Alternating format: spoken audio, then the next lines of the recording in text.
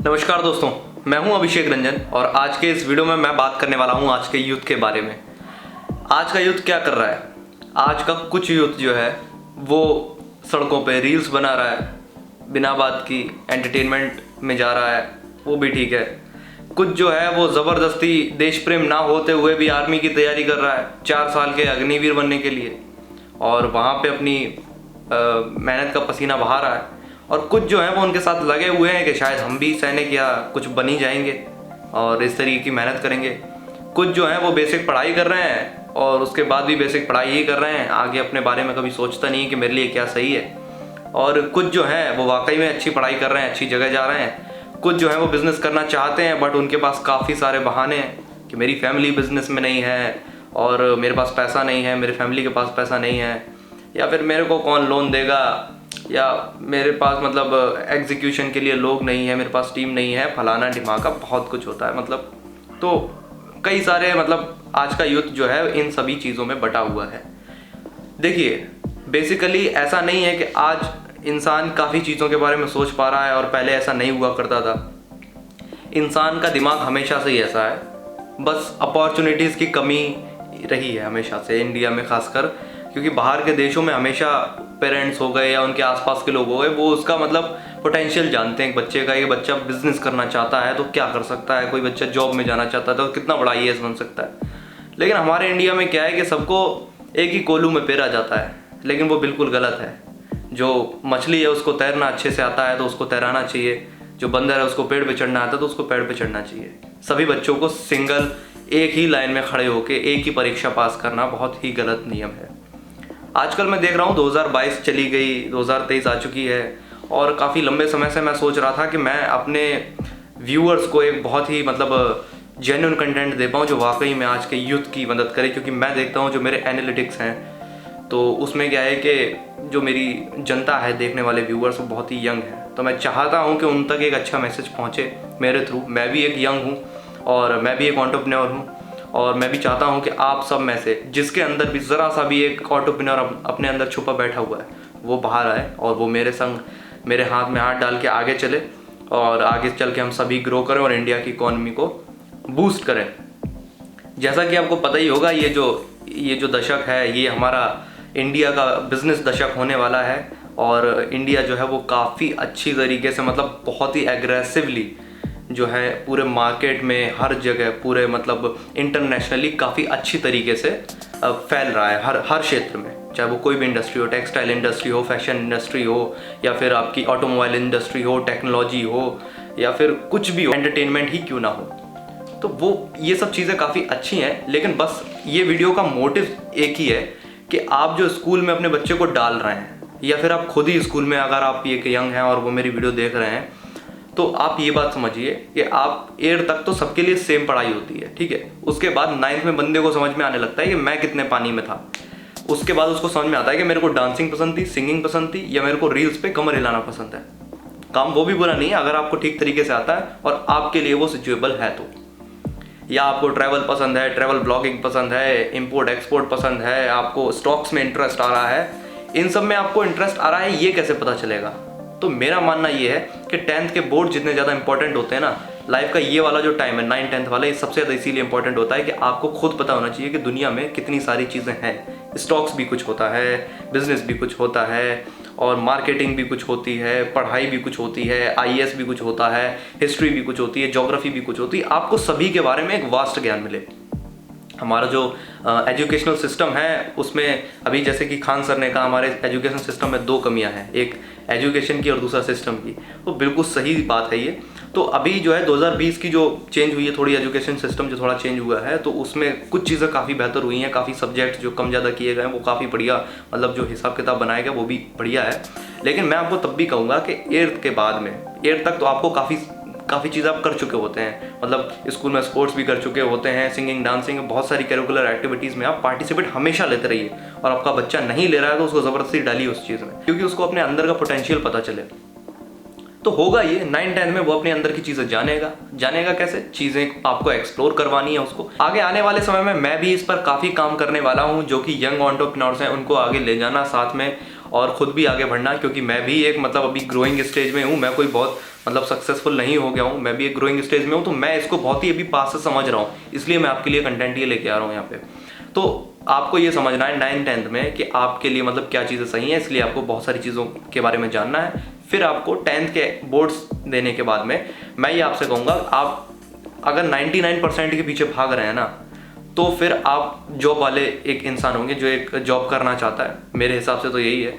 और क्योंकि अगर जिसको बिजनेस करना है ना, जिसको अपना काम करना है, जो प्रोफेशनल बनना चाहता है अपनी लाइफ में या एंटरप्रेन्योर बनना चाहता है, वो 99% सब्जेक्ट्स में लाके प्रैक्टिकल नॉलेज अचीव नहीं कर पाएगा, और जो मार्केट की जो डेप्थ है ना उसको नहीं समझ पाएगा।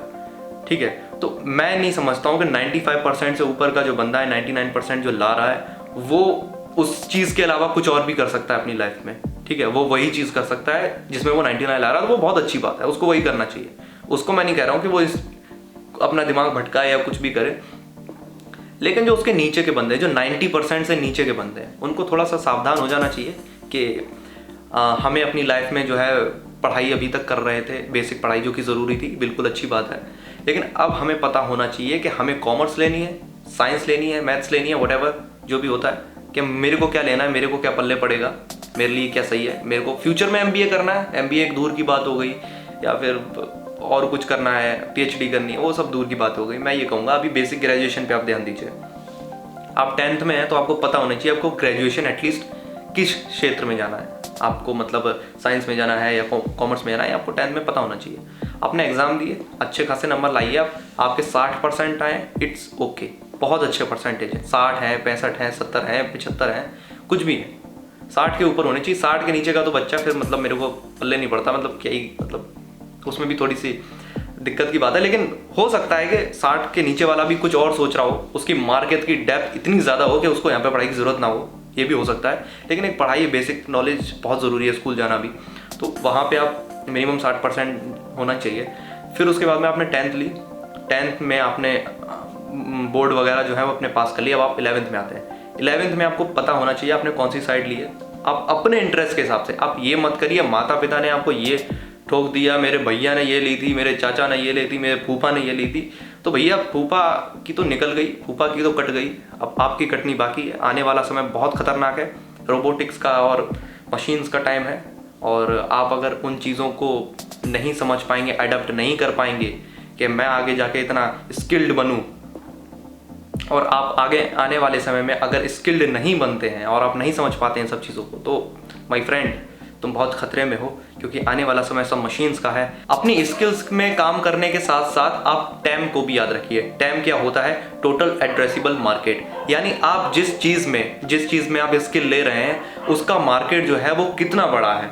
मतलब अगर मैं कह लूँगा बूट पॉलिश है, ठीक है, बूट पॉलिश जो है करना आने वाले टाइम में मशीन्स कर देंगी या कुछ भी कर देंगे, लेकिन आप ये समझते हैं कि हर कोई जूते पहनेगा आने वाले समय में, पैरों में कांटे नहीं लगने किसी को भी, हर कोई जूते पहनेगा, तो पॉलिश भी उस पर होगी ही।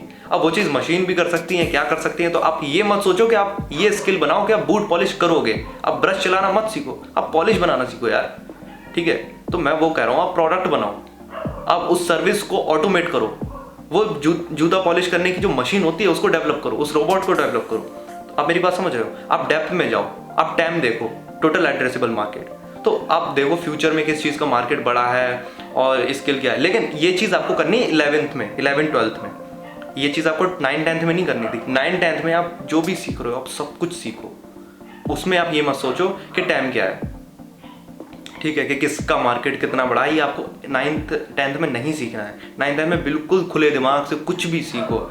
आप ये सीखो कि मतलब बोतल से गिलास में पानी कैसे डाला जाता है, बेसिक नॉलेजेस, ठीक है, बिल कैसे काटा जाता है, ठीक है, और LCM HCF क्या होता है, बेसिक, बिल्कुल बेसिक नॉलेज जो है वो आप मतलब सीखो हर क्षेत्र में थोड़ा थोड़ा। स्टॉक्स क्या होते हैं, ठीक है, और प्रोडक्ट कैसे होता है, पैकेजिंग क्या होता है, मतलब ये बेसिक चीज़ें सबको आनी चाहिए, क्योंकि आने वाले टाइम में आप देख ही रहे हैं सारी चीज़ें प्राइवेटाइज हो रही हैं। हमारा जो इंडियन कल्चर है वो एक अलग तरीके के कल्चर में डेवलप हो रहा है, जैसे कि बाहर चाइना वगैरह में रहता था। जो सरकारी संस्थाएं हैं या सरकारी जो डिपार्टमेंट्स हैं वो सब प्राइवेटाइज हो जाएंगे आने वाले समय में, बहुत ही कम रहेंगे जो कि सरकारी रहेंगे, जैसे कि बैंक्स हैं या एयरपोर्ट्स हैं, रेलवेज़ हैं, इंश्योरेंस कंपनीज़ हैं, मतलब जो भी आपको सुविधा देती हैं किसी तरीके से, उन सबको प्राइवेटाइज कर दिया जाएगा। वहाँ पे एक प्राइवेट बंदा आके बैठ जाएगा, तो वहाँ पे जो जॉब्स हैं वो 1% भी नहीं रह जाएंगी 100% में से।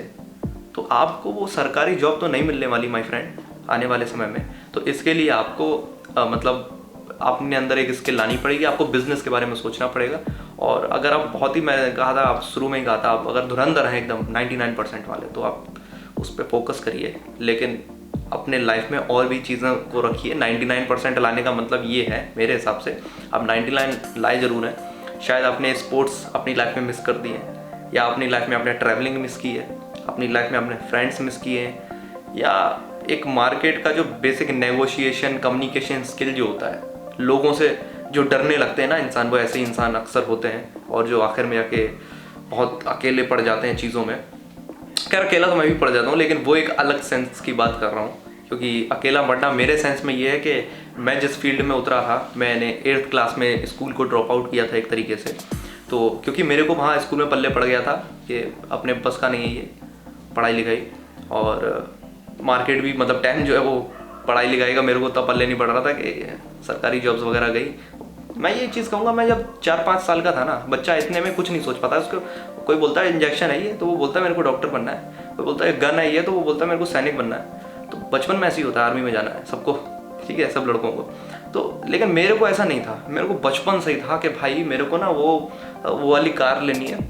तो मेरे को वो कार लेने के लिए ना बिजनेसमैन बनना पड़ेगा। मतलब वो कोट पहन के आते हैं और वो सूटकेस पकड़े रहते थे और काला चश्मा, तो उस तरीके से फिल्मों में जब देखा था, तो हाँ वो मेरे को बिजनेसमैन बनना था। तब ये जो एंटरप्रेन्योर ये जो शब्द है ये तब नहीं हुआ करता था, ये तो अभी आया है 2-4 साल पहले। तो इस तरीके से है। तो मैं और ज़्यादा लंबा नहीं करूँगा इस वीडियो को सिर्फ इतना ही रखूँगा, और इसके और भी पार्ट्स आएंगे, और भी चीज़ें मैं आपको समझाते रहूँगा टाइम टू टाइम, और इसी टॉपिक्स, इससे रिलेटेड टॉपिक्स के बारे में और भी ज़्यादा बात करेंगे इस बारे में।